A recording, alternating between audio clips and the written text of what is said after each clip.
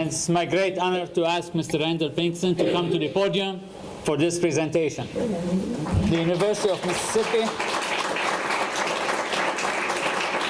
Meek School of Journalism and New Media, the Samuel Talbert Silver M Award 2013, W. Randall Pinkston for outstanding contributions to journalism, presented in Oxford, Mississippi, October 17, 2013. Congratulations. Thank you. Thank you so much. Thank The podium is yours. Wow. Thank you. Thank you. Thank you.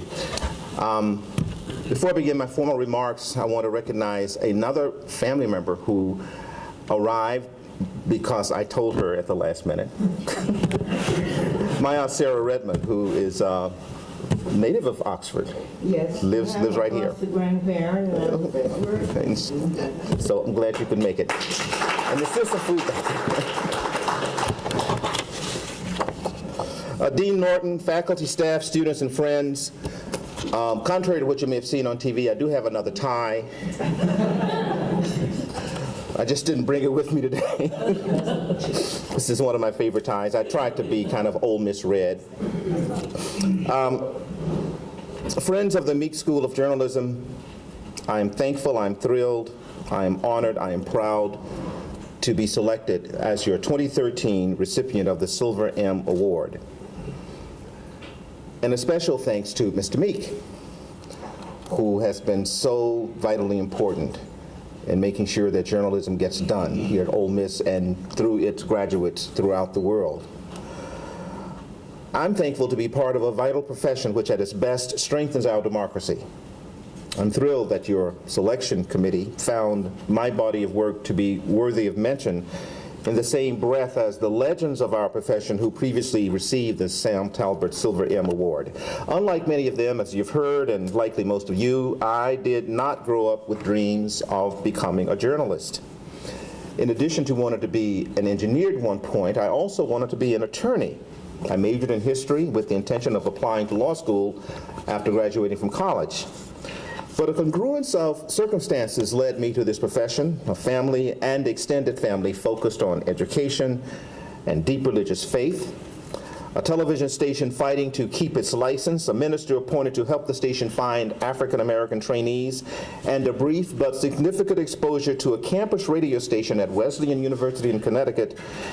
And all of that combined with my own personal lifelong interest in history and current events. As I look back on the last 4 decades of my life, sometimes with a lot of hair, these days not so much, I now know that what I have done, I was supposed to do, even though it was not a plan that I consciously designed. I want to talk to you a little bit about how I have done my journalism, what led me along this course. And it began at home. I was born into a family of news consumers. In Yazoo County, my mother and great-grandmother were voracious readers.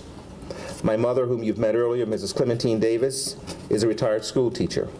She is the first college graduate in our family, and she has been and continues to be an inspiration to us all, especially to me and my sister Laura, who is also a teacher. And she also inspired our oldest sister cousin, Dr. Ann Smith, who is a professor emeritus of education at Kennesaw State University in Kennesaw, Georgia. I was also blessed with another mom, my mother's Aunt Lucy, who with her husband Warren Wallace raised me in Jackson. My dad was a construction laborer who was often out of work, but Mom somehow always found enough money to subscribe to a daily newspaper and to purchase the Mississippi Enterprise every weekend. The Mississippi Enterprise was a community paper that had stories about the black community because in those days, our stories were not included in the Clarion Ledger unless they involved criminal matters. Some of you who were employed in those papers back in those days know exactly what I'm talking about. Mr. Wilkie, I see you sitting back there with some experience. I was also trying to, in my discussion of my background, I'm trying to share with you some of the historical context, because I know that some of you who are a certain age, you just can't imagine there was a time when newspapers and broadcast media, which are supposed to support freedom of speech, deliberately muzzled freedom of expression for nearly half of the citizens those media were supposed to cover and to serve. Historical context is important. These days, I believe that it's more important than ever. I think news stories should, whenever possible, include historical context. We have a public, most recently, bombarded with one-sided points of view. And we all know that when you only hear one side of a story, you could be led to misleading conclusions. As watchdogs of democracy, I believe journalists owe a duty to provide accurate information so that citizens in a democratic society can make decisions based on facts. But back to my story. I mentioned religious faith. The church, you see, in our family, and for many families, was not only a place for spiritual guidance. Like school, it was also a training ground. We learned service. We learned performance through church programs and contests. And we were empowered to believe that we could rise above other people's expectations, to be the best that we could be through hard work, through the help of people of goodwill, and through the blessings of a merciful God. Our Sunday school teachers, many of them were also school teachers. At one of my churches, Mount Hale Missionary Baptist, I had a teacher named Mrs. Gustava Gooden. Her Sunday school class required 3 books: a Sunday school lesson book, a Bible, and a dictionary. If you mispronounced a word, you had to look it up. And I know for a fact that the first time I heard about diacritical marks, this was long before phonics, folks, it was in Sunday school class. Another factor in my formative years as a journalist was a civil rights movement and affirmative action, which would later play a role in my entry into broadcasting. You see, until the 60s, most television outlets throughout America did not hire people of color. In Jackson, during the height of the civil rights movement, no civil rights leaders were allowed to appear as guests on public affairs programs. Beginning in 1957, Medgar Evers began petitioning the stations in Jackson and the FCC for a chance to explain the NAACP's perspective on voting rights, equal employment opportunity, and similar issues. After Mr. Evers' murder, WLBT's FCC license was challenged on the grounds of discrimination. And to cure that problem, station owners launched an on-the-job training program for African Americans. My father's minister told me to go down to WLBT and tell them that he had sent me. I told him I wasn't interested in being a reporter. He told me go on anyway. And so I did as I was told. I wasn't hired as a reporter at that point, but I was hired as an FM announcer on the 102.9 Rock WJDX FM, and that job eventually led to my first job in journalism as writer, producer, and anchor of a Saturday night newscast. I am part of a generation of reporters who went directly into broadcast journalism, bypassing print. In fact, my first awareness of news came not from the printed page, but through radio. In the same way, I suppose, that some of our journalists of today are enthralled with Twitter and Tumblr and all of the new ways of distributing information instantaneously from smartphones. As a small child in my day, I was fascinated with the voices in the box and curious about where they came from and how they got into the radio.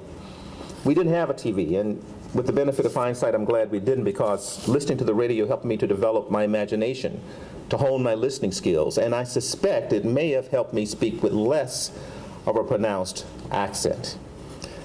I remember one particular moment, I think I was in kindergarten, when part of the mystery of radio was revealed in our home. We were living on Hamilton Street, about 3 blocks from the state capitol. The radio was in a wooden case powered by a battery. A wire snaked out of the back of the radio, out the window, and down to a pipe in the ground. And if you know the purpose of the wire, I know how old you are. As Dad and I listened to the program, I heard a loud sound on the radio, and simultaneously the house shook. Then it happened again. I ran out of the house and stood on the sidewalk facing the direction that the sound was coming from, towards the state capitol, and it happened again. In that moment, in my child's mind, I realized that what I heard on the radio was a real event taking place up the street. And I later concluded that it was probably a gubernatorial inauguration, and that the sound that I heard was a cannon salute on the grounds of the state capitol. I began, as I recall, to pay attention to radio news, especially national reports. We listened to WJDX, AM 620, which in those days was affiliated with NBC. Every morning there was Russ Ward's World News Roundup, and at night Morgan Beatty, and around Christmas time Morgan Beatty always told a story that made you cry.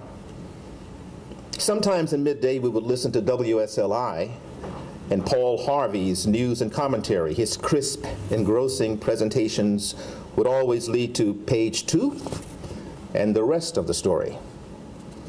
Listening to those stories on radio, as well as the ones I heard from family and friends and neighbors, helped me to become a good storyteller. I've learned that the best stories tell themselves. For 4 decades, I've had the privilege of telling stories about people around the world. And I'm often asked, what's your favorite story? Well, I have several favorites, but one that always comes to mind is a tragedy, but it's also a triumph.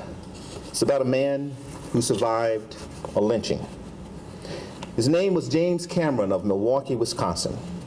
I learned of Mr. Cameron from a young producer who looked for stories everywhere. He found a short article in Jet magazine about James Cameron's first book. The book was entitled A Time of Terror, The American Holocaust. Now that title alone made us curious, so we tracked Mr. Cameron down and visited him in his home and discovered he had collected books and artifacts that he intended to place in what he planned to call a Holocaust museum. One of the artifacts that he showed us was a piece of rope that he said had been removed from around his neck when his life was spared. And then he told us the story. The event happened in the 30s in Marion, Indiana. Cameron was 12 years old and hanging out with 2 African-American older boys and their white girlfriend. They had a scam going. The girl would lure guys down this deserted road. The guys would then come along and rob the person, and they would all take off and split the loot.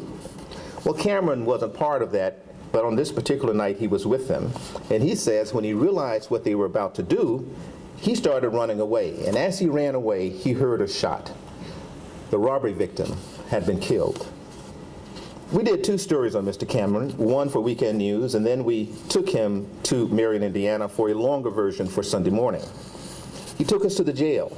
We gained access to the old jail, which was closed then, but he showed us where he had been held in his cell and the other 2 guys. He pointed to the location outside the building where the tree stood, where the older boys were lynched. Then Mr. Cameron told me that they marched him out last, placed the rope around his neck, threw it over the tree limb, when a voice in the crowd cried out, "He didn't do it. Let him down." Now, Mr. Cameron called it the voice of an angel.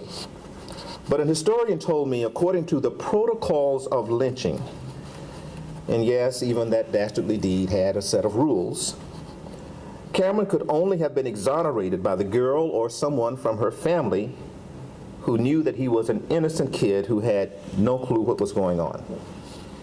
Mr. Cameron said that the hands that had roughly put the rope around his neck, preparing to end his life, became gentle as they removed the rope and led him back to his cell. He served 6 years in reformatory as an accessory after the fact, and then moved to Wisconsin after his release. But that story, of course, never left him. All those years later, with his help, our team was able to reconstruct his compelling tale. While we were in Marion, we met the son of the man who had allegedly supplied the rope. We met another man who was a nephew of the murder victim. We found the man who was the son of one of the women who was featured in this picture, but many of you have seen. There's a crowd in the foreground, and then these 2 bodies in the background. Very famous picture from that era. We found the son of one of the women in that picture. His memorable soundbite was, mother didn't hate Negroes, she just couldn't stand them. And we used that soundbite in our story. And we also managed to capture a moment of grace and forgiveness when Mr. Cameron apologized for his role to the nephew of the victim. And the victim shook his hand and said there was a lot that happened back then, and we're glad it's all over now. James Cameron eventually managed to open his American Holocaust Library in Milwaukee and spent the rest of his life on a lecture tour. In his 90s, he was awarded the Medal of Freedom by President George W. Bush. To this day, I'm proud to have brought Mr. Cameron's story to a national audience. It was a tragic story, but it's also redemptive and shows what can happen when people of goodwill try to do the right thing in the worst of circumstances. You know, as journalists, we gather facts and interviews and examine them for accuracy and fairness. We write what we learn and rewrite it and fight with our editors and fight with our editors, and then we write it again. But in the end, we're storytellers. We're trying to tell a story that will not only inform our audience, but also capture their attention. And that brings me to my final story, one that first captured my attention 15 years ago and ended up being my last report on CBS News. Earlier, I mentioned Medgar Evers' pivotal role in challenging discriminatory broadcasting. I learned about that in a book written by Kay Mills called Changing Channels, and I think it was published by Ole Miss Press. I think not Ole Miss Press, okay. Well, anyway, she did a lot of research here in Mississippi. In it, she described the 6-year effort, which began in 1957 when Evers petitioned the FCC and WLBT for airtime to give the perspective of the NAACP about the movement for voting rights and equal employment opportunity. I interviewed Mrs. Evers, who said she didn't recall any of those letters because her husband was engaged in so many other initiatives: voter registration, school desegregation, traveling all over Mississippi trying to organize NAACP chapters. But she said that she knew that her husband believed that news media was important, especially federally licensed news media, and that they owed a duty to provide information to all of its audiences. WLBT repeatedly turned Evers down while giving plenty of airtime to defenders of racial segregation, such as the Citizens Council Forum, or as it was sometimes called, the White Citizens Council Forum. Then in 1963, as the civil rights movement was getting underway, WLBT finally allowed Evers to make an eloquent presentation on the need for voting rights, equality, fair housing, and the rest. And 1 month later, Medgar Evers was assassinated. A number of people became engaged in trying to open up broadcasting. One of those people is sitting in our room today, Mr. Meek. He did his dissertation on that entire process. It became a landmark Supreme Court case that changed broadcasting and changed access to broadcasting around the country. The other thing that happened was that 8 years after Medgar Evers' assassination, I was hired by news director Dave Meir to anchor the Saturday night newscast on that same station where Evers made his speech. The following year, I was promoted to anchor the 10 p.m. newscast. And 10 years after Mr. Evers' momentous speech, I was promoted to anchor the 6 p.m. newscast, which then and now was the most important newscast of the #1 station in Mississippi, WLBT. And on my final CBS report, which aired 3 times beginning this past May, I interviewed Mrs. Williams, and she told me that she believes to this day that her husband's appearance on TV increased the threat to his life and made him a marked man. I also interviewed former Governor William Winter, who said that all Mississippi politicians during Evers' era was a segregationist, but he also said that Evers stood up against them and challenged the system and put his life on the line to make it a better place for us all. I was pleased to tell that story. If I had pursued my career goal and become a lawyer, if I had lived in any state but Mississippi, I don't know if I would have known about Medgar Evers' contribution to the airwaves, to open up the airwaves to everyone, and I probably would not have been a journalist, and I definitely would not have had the opportunity to share this story with a vast audience and to share it with you. And to say at the end of one phase of my career in broadcasting, thank you to a man who played such a vital role in beginning it. In closing, I wish to again thank the Meek School of Journalism and your faculty and students for honoring me with the Silver M. A special thanks for the wonderful work that you are doing to tell all of our stories with integrity to audiences here in Mississippi and around the world. And I look forward to being worthy of the honor that you have bestowed upon me today. Thank you.